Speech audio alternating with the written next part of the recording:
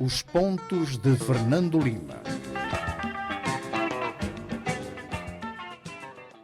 Bom dia, estamos em direto, cumprimentamos os nossos telespectadores do Facebook que nos seguem em direto a partir dos estúdios da Rádio Savana 100.2. Saudamos também os nossos ouvintes da Rádio Savana 100.2. Começamos desta forma os pontos de Fernando Lima, um programa sexta sim, que vai ao ar a partir dos nossos estúdios aqui na Rádio Savana 100.2. É um programa que pode ler na versão impressa no nosso diário Mediafax, também pode descarregar no YouTube e também pode voltar a ouvir a repetição aos sábados às 12 e domingo às 21 horas. Este é o último programa do ano, Fernando Lima.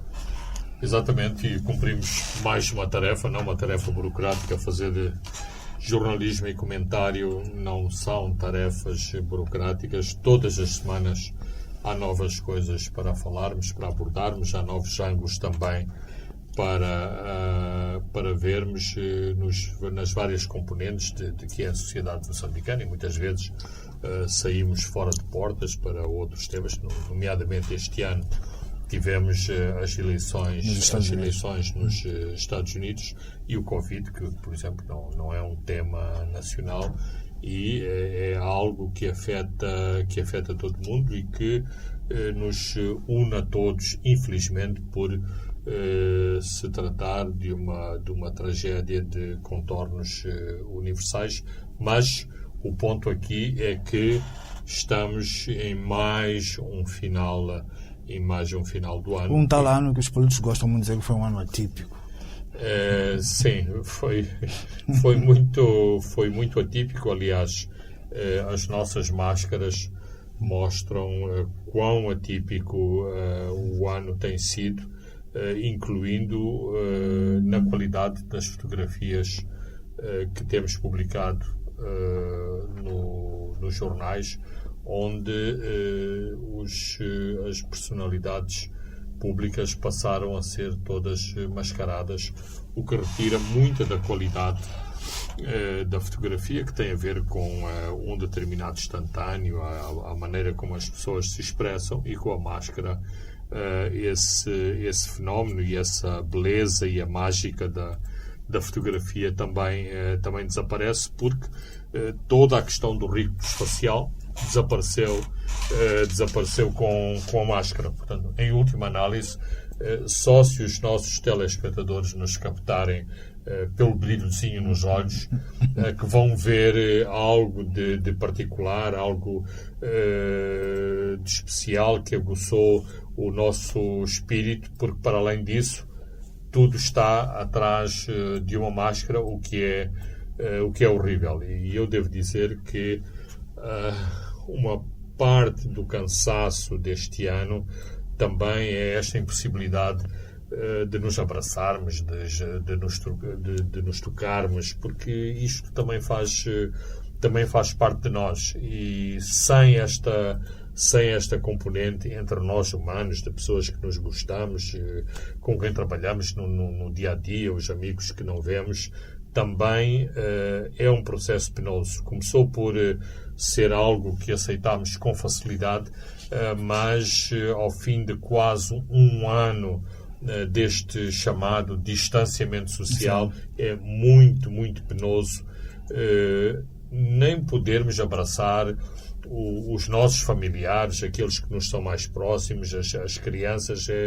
É terrível, e eu sinto isso, e acho que todos sentimos, e por isso, às vezes, não é que uma pessoa deve ser permissivo e achar que o Covid não anda por aí, a possibilidade da segunda vaga não anda por aí, mas eu compreendo que este cansaço faz muitas pessoas quebrarem estes protocolos de natureza sanitária e, em última análise, de natureza social. Muito bem, Fernando Lima. Hoje é um programa em que vamos primeiro comentar esta reaproximação a Mariano Nhongo para uma tentativa de diálogo. Vamos comentar também sobre esta inauguração do Parque Verde da Beira, a ameaça de mais um ciclone nesta cidade que já foi atingida no passado pelo IDAI. Vamos também para o setor econômico-financeiro para comentar esta decisão do tribunal em relação a um processo que tem a ver com alguns administradores em relação ao Banco de Moçambique. Vamos fechar com esta venda de ativos da Sasol na 7RG. Mas antes disso, Fernando Lima, vamos olhar para só o tema de semana, que são os Mambinhas.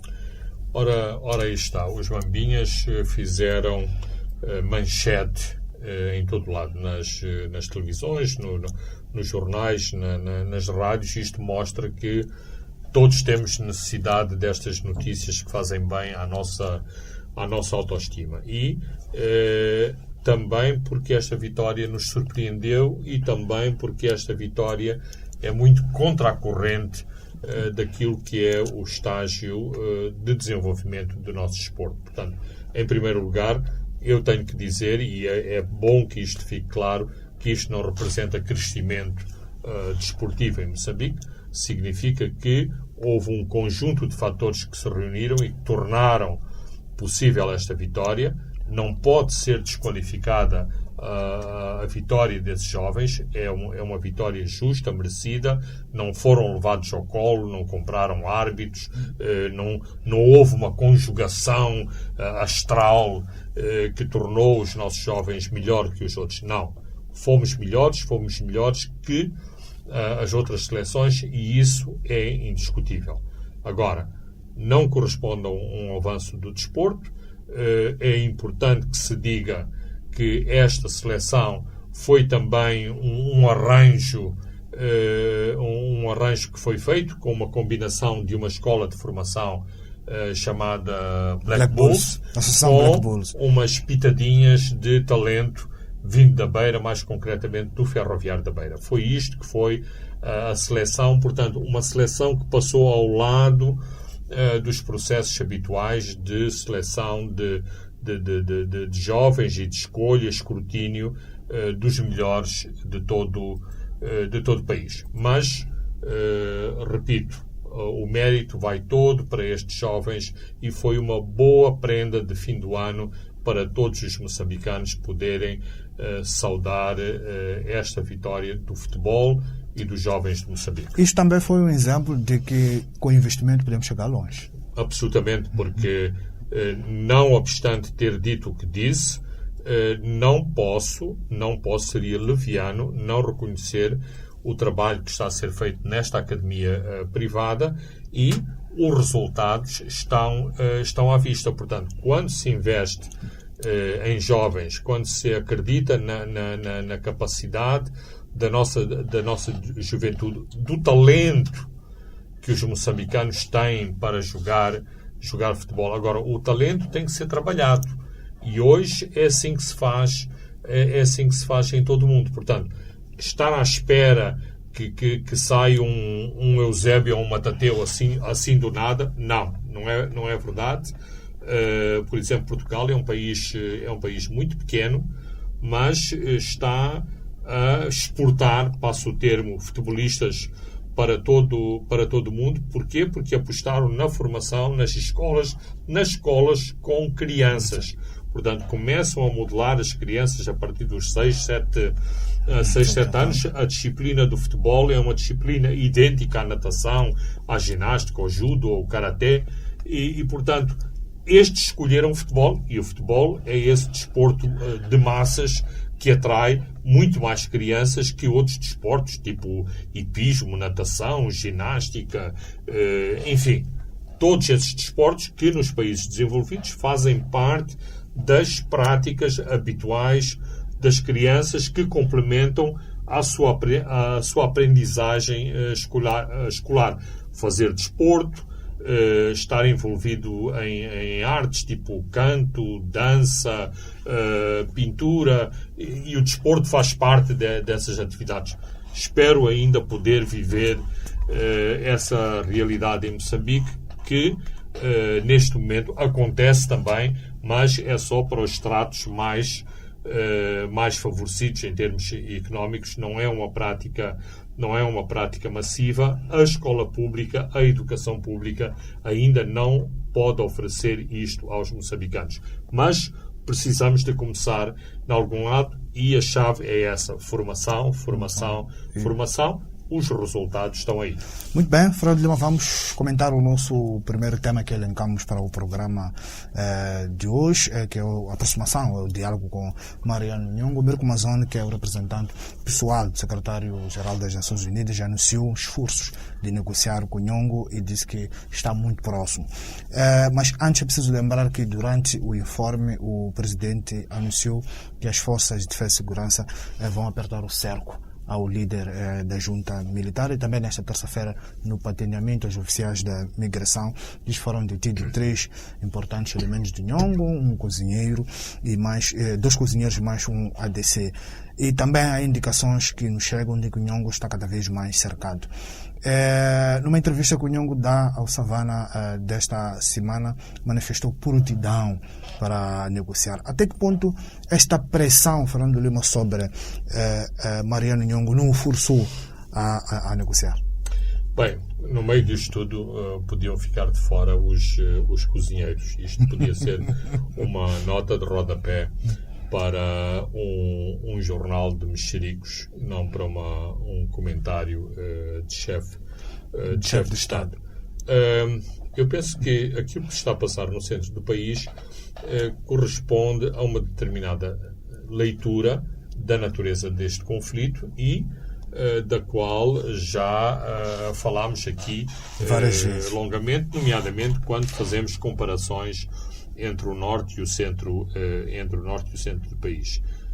No centro de Moçambique há 2 questões fundamentais. Há um problema que decorre de uma dissidência de natureza política na RENAM, e isto é um assunto interno da RENAM, que deve ser resolvido pela RENAM, mas que, quando num partido político não há esse entendimento, essa falta de desentendimento, essa clivagem, resulta em perdas não para o próprio partido político, mas para todos os moçambicanos, uma vez que a forma encontrada pelos colaboradores de Afonso de Acama foi assaltar propriedade de todos os moçambicanos e fazer vítimas entre os moçambicanos, que não têm nada a ver com estas divergências com a RENAM. Eu penso que o governo de Moçambique e os seus setores especializados nesta área da defesa e segurança fizeram uma leitura correta da situação, só peca por ser tardia, uma vez que se conseguir eliminar este foco, significa que haverá mais capacidade e mais disponibilidade de as forças se concentrarem na questão principal, que é a violência em Cabo Delgado. De qualquer forma, é preciso explicar aos nossos telespectadores e aos nossos ouvintes alguns preliminares. O Presidente da República tomou algumas iniciativas que não são do domínio público, nomeadamente na aproximação a Mariano Nhongo, na clarificação, por exemplo, da violência na zona centro. Portanto, uma série de medidas foram tomadas e elas possibilitaram uma atitude mais cooperativa da parte de Mariano Nhongo, e também estas digamos, iniciativas pré-negociais encetadas por Filipe Nyusi permitiram que Mirko Manzoni também tomasse as suas iniciativas. Não obstante, eu diria que há aqui quase uma sintonia completa entre Mirko Manzoni e o Presidente da República. Isto significa que, de parte a parte, e as iniciativas e as propostas e as sugestões existem de ambos os lados. Quando eu digo de ambos os lados, o enviado do Secretário-Geral das Nações Unidas e o Presidente da República, que possibilitaram este novo estágio de entendimento. E qual é este estágio?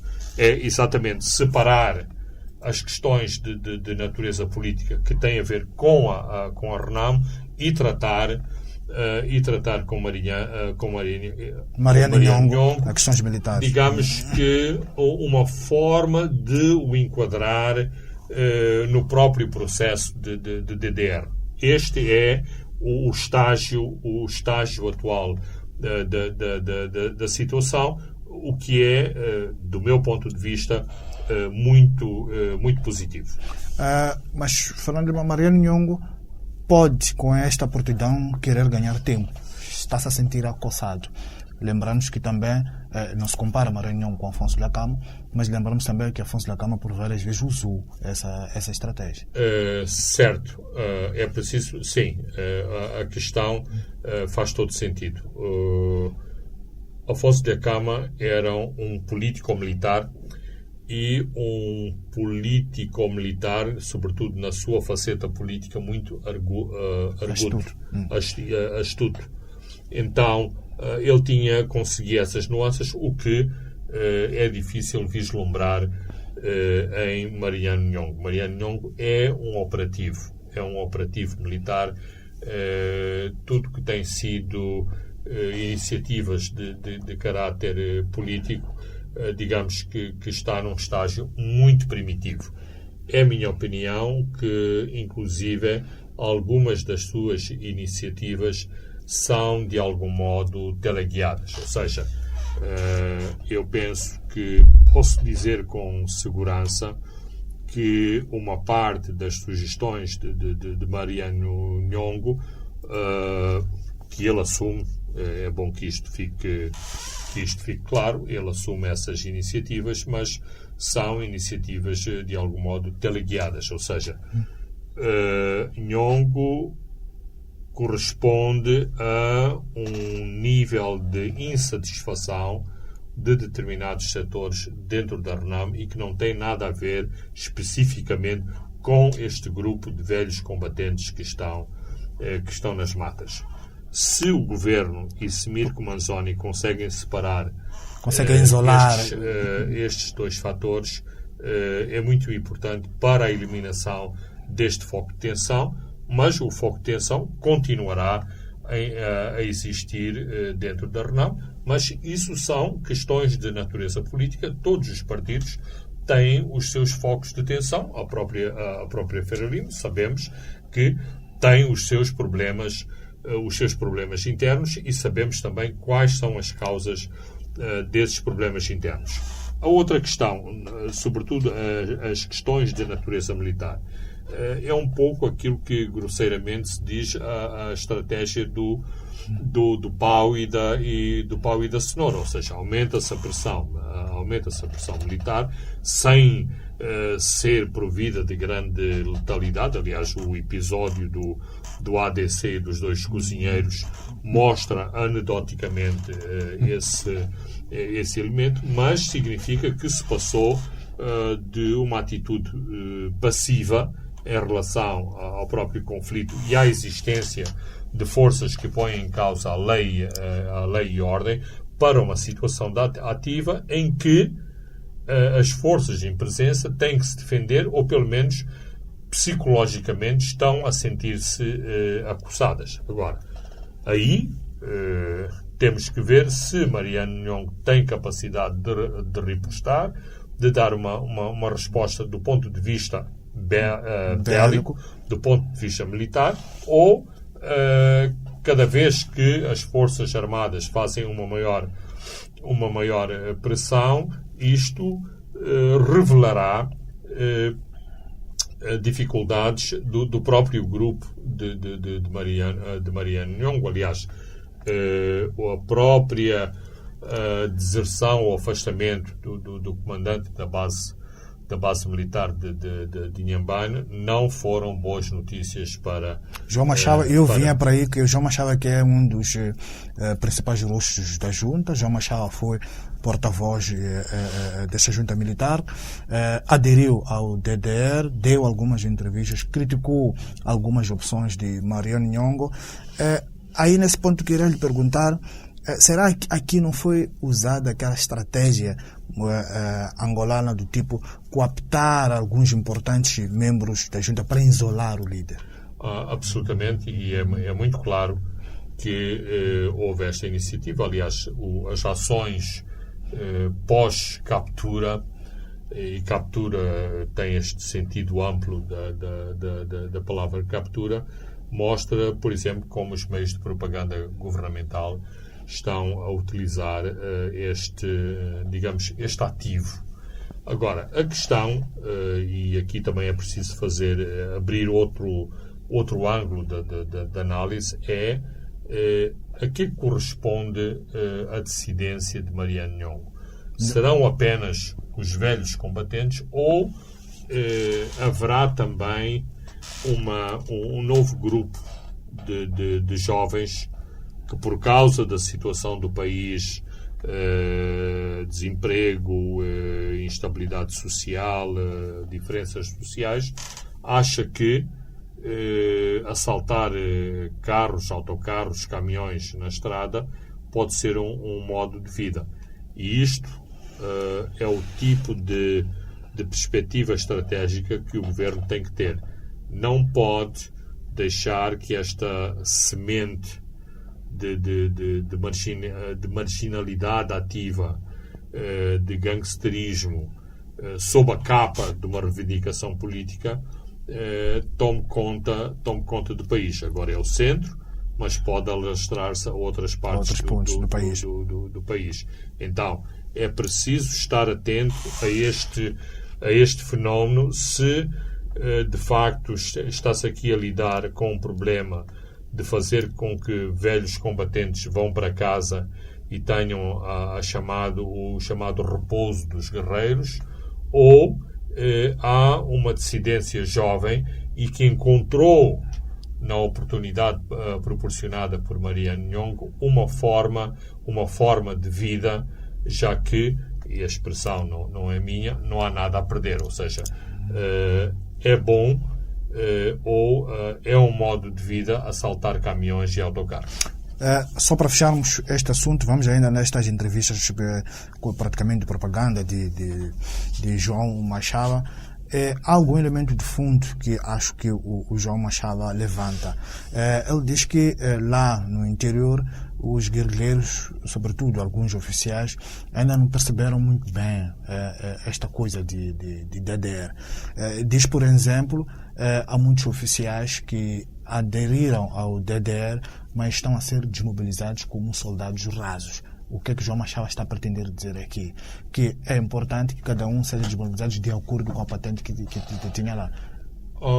Eu li essas declarações e causou-me alguma perplexidade, não obstante lhe dar crédito, porque há uma comissão mista que está a trabalhar nesses aspectos e acho que isto inclusivamente foi público, que havia um protesto por parte das entidades governamentais que todos queriam ser desmobilizados como generais, brigadeiros, enfim. Que havia 1000 generais há exércitos do mundo, com grande tradição que não tem 1000 generais.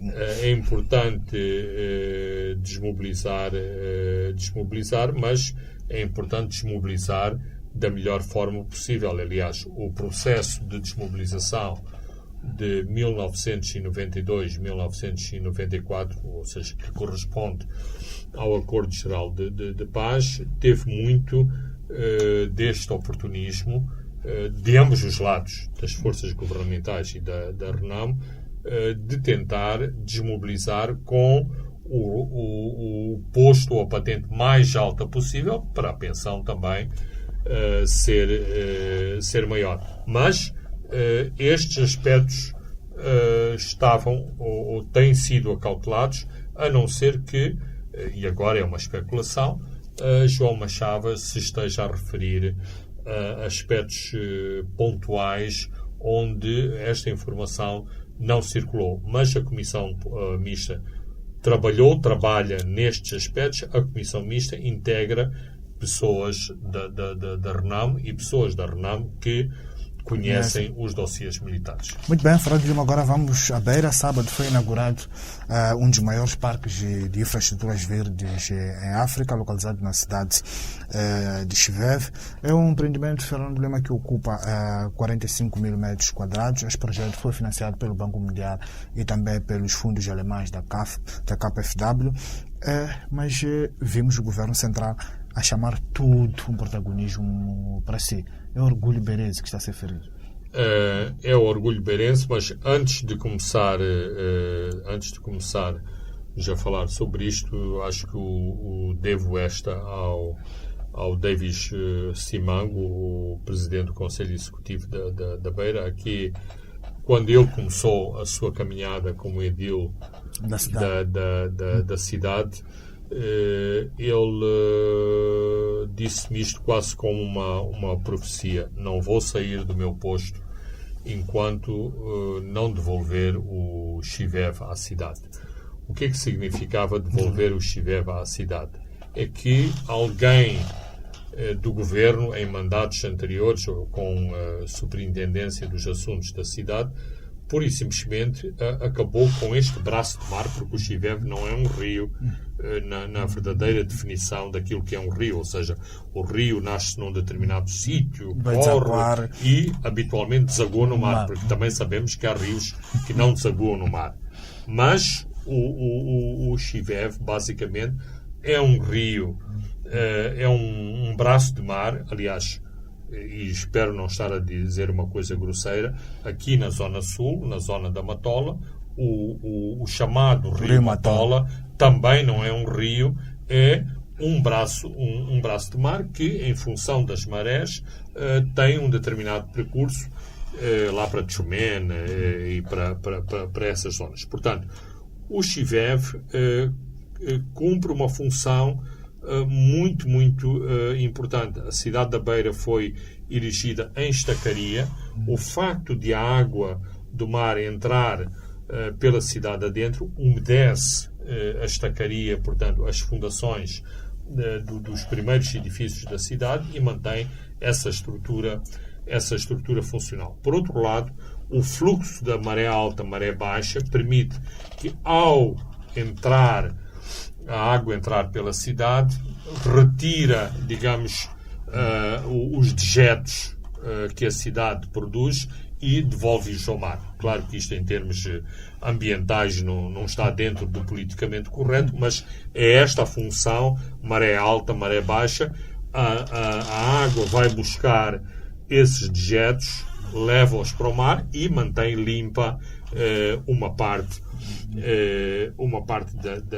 da cidade. Ora, o projeto inicial começou por ser isto mesmo, aquilo que o Chiveve era no tempo colonial. Só que os arquitetos, os paisagistas envolvidos neste projeto e que trabalharam com Davis Simango levaram o projeto para patamares muito mais ambiciosos, e é isto que temos hoje. Então, temos um parque que não há qualquer comparação em Moçambique, não há qualquer espaço verde com esta dimensão, com esta beleza, com esta sofisticação. É importante que tenha acontecido na Beira, provavelmente uma das cidades mais martirizadas de Moçambique por causa dos problemas das chamadas mudanças climáticas. A cidade da Beira nunca deveria ter sido construída onde foi construída e, portanto, tem os problemas que tem, nomeadamente em relação a inundações, em relação aos chamados fenómenos das marés vivas. Primeira questão deste parque majestoso. Eu, ao ver as fotografias, ao ver as maquetes, a minha questão de fundo e sabendo dos problemas que Moçambique enfrenta, quanto tempo vai durar este parque e manter-se com este nível de funcionalidade, de beleza, só, por exemplo, para se recolher o lixo deste parque. Numa cidade com tantos problemas tantos problemas de pobreza, de abandono, inclusivamente Então, exacerbados. acha que aqui há um desafio de educação ambiental também? É um desafio de educação total. Por exemplo, eu não quero insultar as instituições da Beira e esta empresa municipal que está a fazer a a ser gestão. criada para fazer a gestão deste espaço. Mas, por exemplo, com a falta de habitação e com um número crescente de sem-abrigos da Beira, não será que este parque vai ser o refúgio natural destas pessoas que não têm abrigo para dormirem nos bancos, para procurarem refúgio para as noites nestes edifícios, nestas construções que foram feitas neste parque, incluindo para a nova vegetação que foi plantada nesta zona. Ou seja, é extremamente digamos, difícil prever qual será, está na moda dizer, sustentabilidade, a sustentabilidade de um projeto tão ambicioso como este da Beira. Agora, que nos deve orgulhar a todos e, em primeiro lugar, os beirenses, claro que sim. Agora, a nota de contraste e de ironia é um parque com esta beleza, inclusivamente com este luxo, porque em última análise é um luxo termos um parque desta dimensão e com esta sofisticação numa cidade que está muito destruída, muito maltratada. Esta já era uma cidade muito maltratada pela pobreza antes do ciclone Idai. Ficou pior. E é nesse ponto de ciclone, Fernando Lima, que depois vamos discutir, mas para já vamos a um brevíssimo intervalo e voltamos já.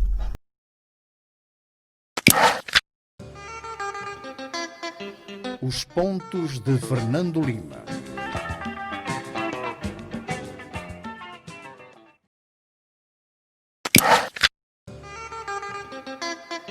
Os pontos de Fernando Lima.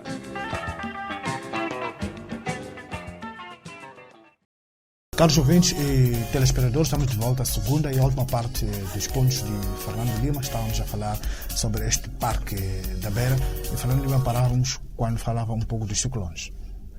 Exatamente. Então, neste momento, a Beira tem um parque de primeiro mundo e temos uma cidade não só de terceiro mundo, mas uma cidade muito maltratada do terceiro mundo. O que levanta todo o tipo de interrogações, nomeadamente se conseguimos mobilizar fundos para aquele parque, por que não conseguimos mobilizar fundos para a reconstrução da cidade? O que não deixa de ser uma pergunta lícita, não obstante sabermos que muitas vezes estas coisas não têm a ver com as prioridades de Moçambique. Não é que Moçambique pode dizer não queremos dinheiro para o parque, queremos dinheiro para construir casas para a população. Ora, as doações externas não funcionam assim, e é preciso que as pessoas compreendam que não é um capricho governamental fazer este parque e não reconstruir as casas das pessoas. Mas, para a Beira resolver o problema das inundações, uma parte das inundações já foi resolvido com a criação daquilo que eles chamam de bacias de retenção. Significa que são grandes zonas de acumulação de águas de chuva, por exemplo, quando a maré sobe, para que a cidade não fique inundada e depois vazar estas bacias de retenção quando a maré baixa, restabelecendo-se o equilíbrio, este equilíbrio desequilibrado, se assim podemos dizer, de uma cidade que está abaixo do nível do mar. Mas ainda precisam de ser construídas pelo menos mais 2 bacias de retenção, uma enorme na zona da Manga, que está orçada em 250 milhões de dólares, para se resolver, em definitivo, o problema das inundações da cidade da Beira. Num país como a Holanda, que teve este tipo de problemas, tem recursos para fazer aquilo que se chamam os milagres da natureza, roubar terra ao mar, criar diques, criar proteções. Na Beira, que tem que fazer isto com fundos externos, é muito difícil conseguir-se isso, mas há um programa financiado pelas Nações Unidas que está a tentar resolver estes problemas. Agora, ainda não respondi, ou seja, vamos aos finalmente.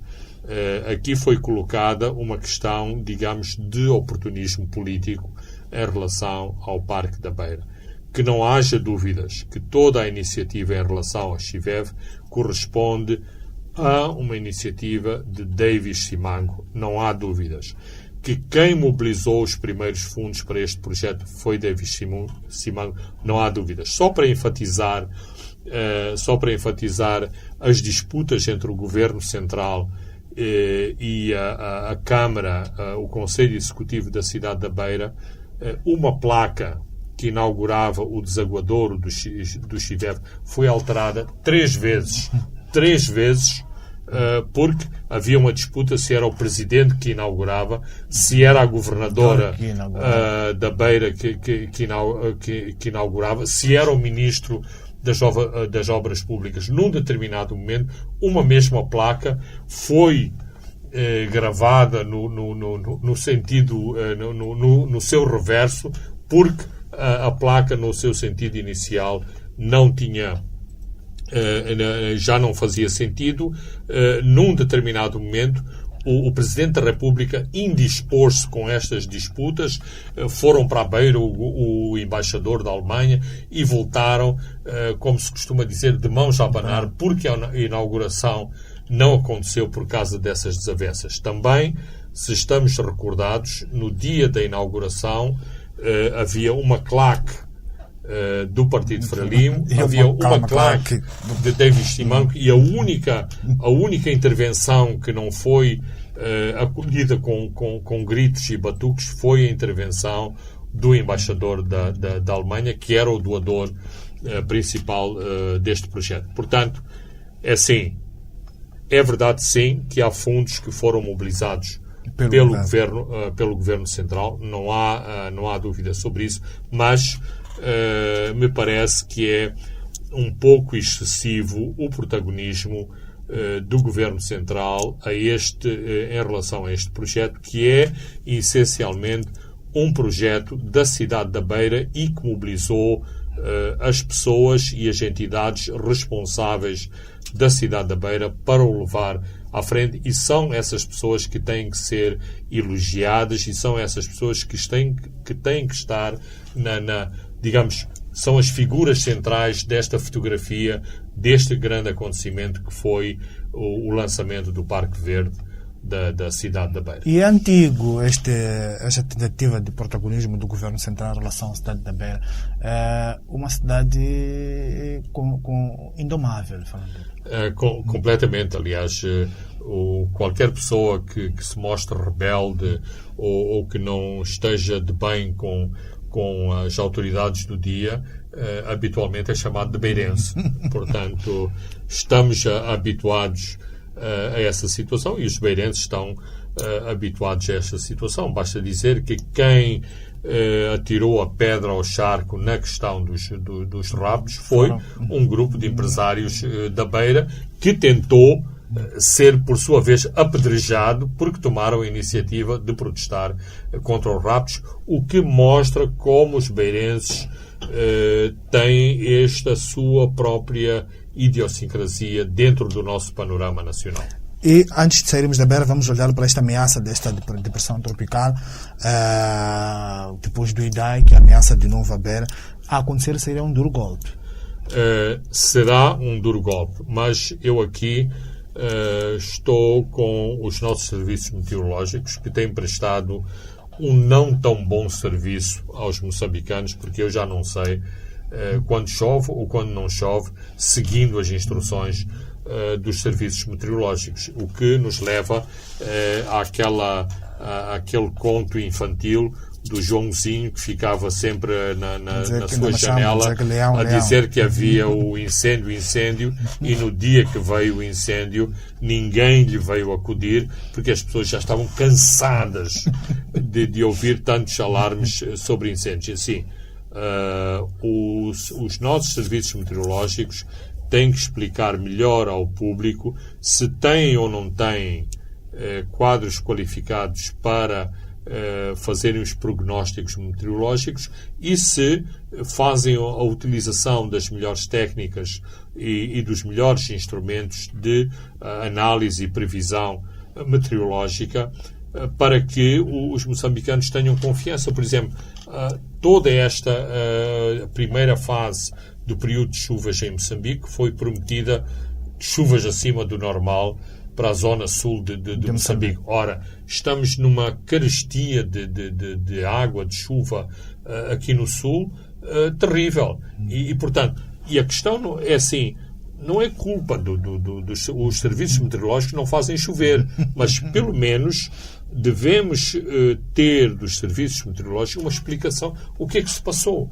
O que é que se passou para a chuva prevista não ter acontecido? Porque certamente que há uma explicação da natureza científica para o facto de não ter chovido, nomeadamente toda a imprevisibilidade causada pelo fenómeno La Niña, que é o fenómeno climático sob o qual estamos em influência neste momento aqui na zona do Canal de Moçambique e do Oceano do Oceano Índico. Respondendo concretamente à questão, o assunto é que não sabemos do impacto que este ciclone vai ter na costa de Moçambique, porque antes ainda terá que passar por Madagascar e muitas vezes acontece que Madagascar funciona como uma almofada de proteção à costa de Moçambique e o ciclone acaba por se dissipar antes de atingir o canal de Moçambique. É assim, não podemos dizer que o mal do vizinho não nos afeta, mas neste caso, se o ciclone atingir Madagascar poderá não ter os mesmos impactos sobre Moçambique. Por isso, e eu compreendo que as pessoas adorem fazer a propagação destas mensagens alarmistas nos WhatsApps e noutras redes, mas devemos não só medir as consequências, como estar atentos a outras informações sobre a progressão deste ciclone para não sermos aliados deste alarmismo que tem o seu impacto, nomeadamente sobre as pessoas que serão os potenciais afetados por este novo ciclone. Vamos à banca, que é o caso Paulo Sousa, um antigo PCE do Banco Comercial e de Investimentos, o BCI, que também o Banco de Moçambique recorreu de uma decisão das autoridades judiciais que consideram procedente este recurso interposto por Paulo Sousa. Lembrar que em agosto, só para estar os nossos ouvintes, telespectadores enquadrados, agosto de 2019, Paulo Sousa foi inibido de exercer cargos em órgãos sociais de instituições financeiras por 3 anos por esta alegada existência de um conflito de interesse na sua participação como PCA da Interbancos e administrador da CIMO. Houve um negócio entre a CIMO e a Interbancos. Este primeiro desfecho, Fernando Lima, das autoridades judiciais, mexe com a reputação do Banco de Moçambique. Mexe muito com a reputação do Banco de Moçambique, nomeadamente com os seus serviços jurídicos, porque começamos a ter sérias dúvidas da competência dos serviços jurídicos do banco, que são os primeiros a iniciar estas ações Isto lembrando natureza. Também a ação do Moza. Não, a ação em que a PGR arquivou o processo por falta de fundamentos. Absolutamente. Portanto, o departamento jurídico que tem que assessorar, avisar, dar pareceres à direção do banco se uma determinada ação tem pernas para andar, como se costuma dizer, ou se estamos aqui num platonismo de ações que têm impacto na opinião pública, mas assim como têm impacto na opinião pública, depois desautorizam a autoridade reguladora do Banco Central. E é assim, caímos no ridículo de que estas ações do Banco de Moçambique correspondam àquela velha máxima de vitória e vitória até à derrota final. Portanto, o Banco de Moçambique tem que se resguardar mais neste tipo de iniciativas. E a questão específica do Paulo de Sousa sempre soou a vingança. O Paulo de Sousa, com outros executivos bancários do setor comercial, esteve na primeira linha da renegociação do provedor de serviços ao sistema, à rede ponto 24. Ponto 24, e que faz funcionar os pagamentos eletrónicos em Moçambique, quando o Banco de Moçambique achava que se deveria fazer a migração para um outro serviço, aliás, que foi anunciado este mês que iria entrar em funcionamento, mas tanto quanto eu sei, ainda não entrou em funcionamento. Então, quando uma ação desta natureza, logo à partida, reúne sérias dúvidas da sua eficácia, só estava destinado ao fracasso. Mas, na minha interpretação, o Banco de Moçambique está a recorrer, deve recorrer, claro.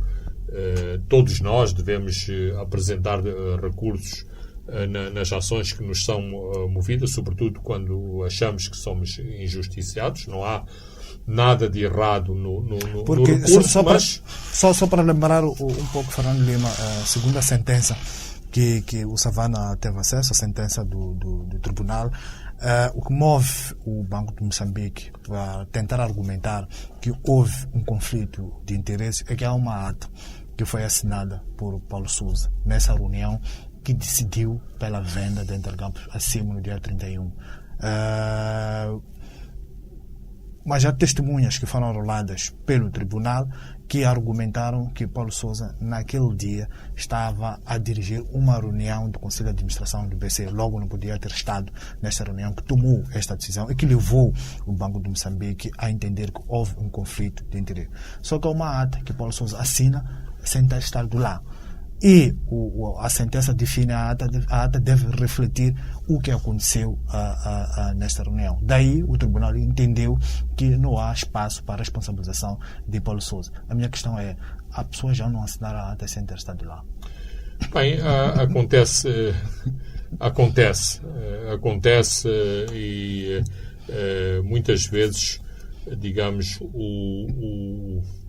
o prefeito é inimigo do bom. Só para dar um exemplo, os bancos, por tudo e por nada, exigem a produção de atas. Ora, tanto quanto sei, muitas dessas atas não correspondem a atos, digamos, ordinários das sociedades comerciais, correspondem exatamente a um quesito que foi exigido pelo banco, nomeadamente, por exemplo, para se dar um empréstimo bancário, para se determinar quem assina as contas bancárias, mas é assim, os bancos exigem isso, ou seja, vamos lá fazer aquilo que os bancos nos estão a exigir. Agora, a questão de fundo é se Paulo de Sousa seria tão ingênuo que fosse participar em ações junto da CIMO que configurassem um conflito de interesses em relação às suas atividades de gestão num banco comercial. Portanto, esta que é a questão de fundo, e seria de uma grande ingenuidade que um gestor que tem experiência fosse, digamos, apanhado nesta pequena armadilha de conflitualidade de interesses. E aqui eu tenho sérias dúvidas se uma pessoa com esta experiência poderia ser ingênuo a este ponto. Portanto, eu continuo a pensar que aqui o que era importante era punir Paulo de Sousa por ter participado numa ação que foi vista como uma afronta aos poderes e às decisões do Banco Central. Aliás, sabemos que, agora acho que está na moda dizer uma intervenção ao mais alto nível, mas houve uma intervenção ao mais alto nível, desautorizando o governador do Banco de Moçambique para pôr cobro ao apagão que exatamente a teimosia do Banco Central originou, nomeadamente com o boicote da empresa que providenciava estes serviços de pagamentos eletrónicos à banca comercial em Moçambique. Há quem argumente também que estas ações de Rogério Zandamela e do Banco Central e de Rogério Zandamela desde 2017 contra esses gestores de top dos bancos comerciais visa colocar disciplina no sistema financeiro altamente contaminado por lobbies conectados no partido governamental. Francisco, eu não tenho a mínima dúvida que Rogério Zandamela quis e quer pôr ordem no sistema, que quer disciplinar o sistema, que quer impor regras no sistema, mas há muitas maneiras de o fazer.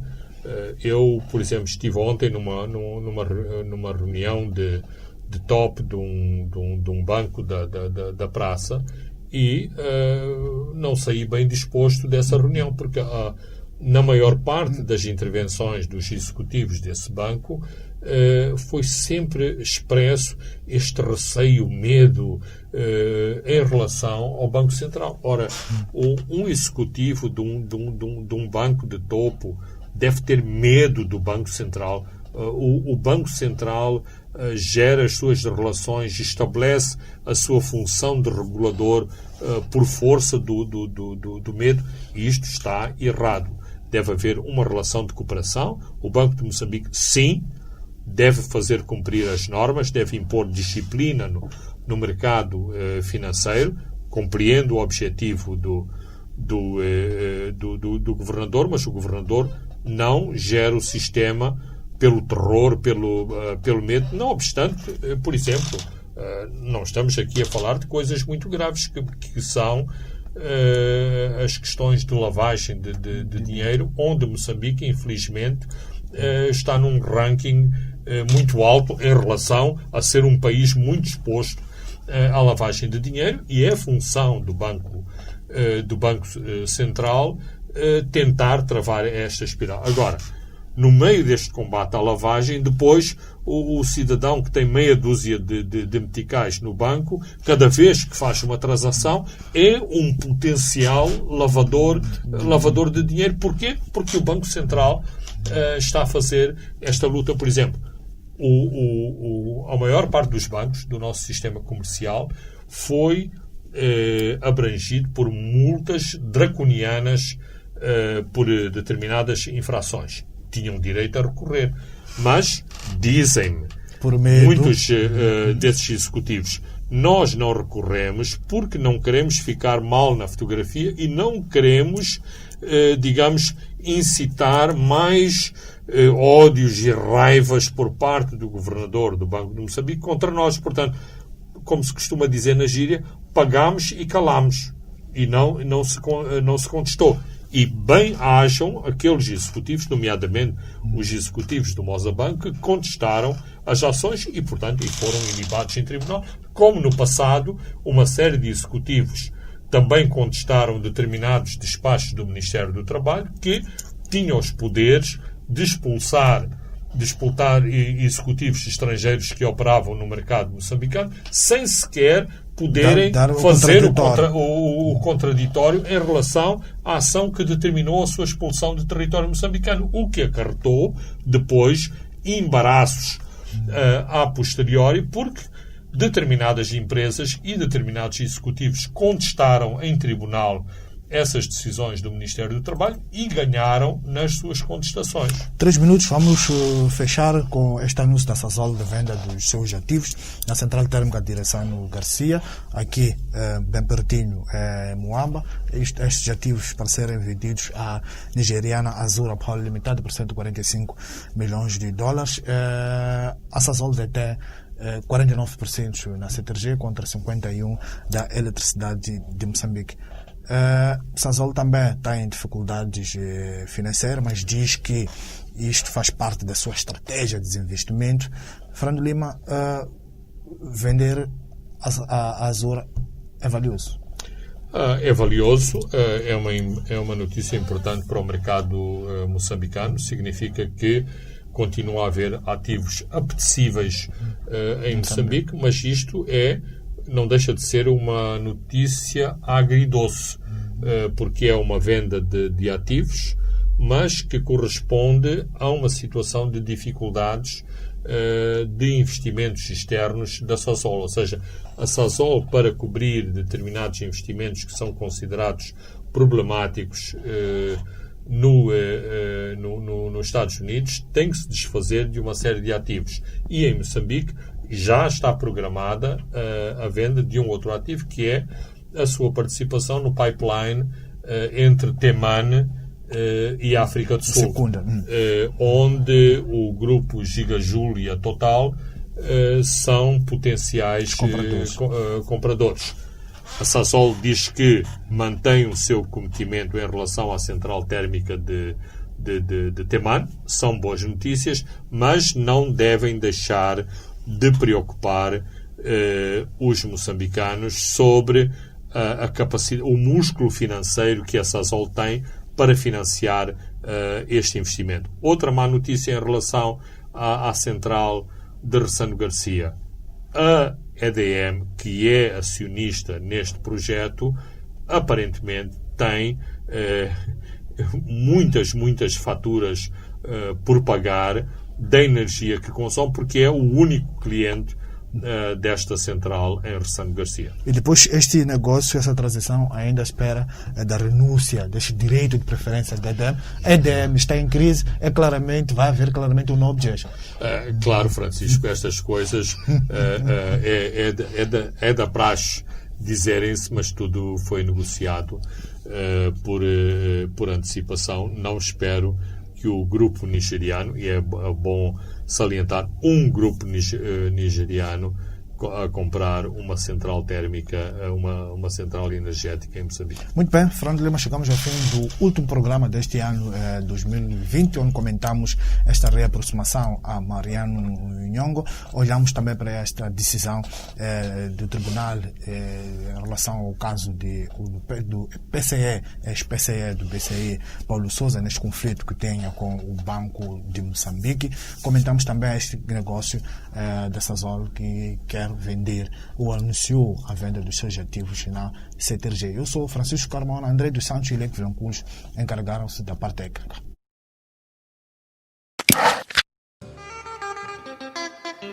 Os pontos de Fernando Lima.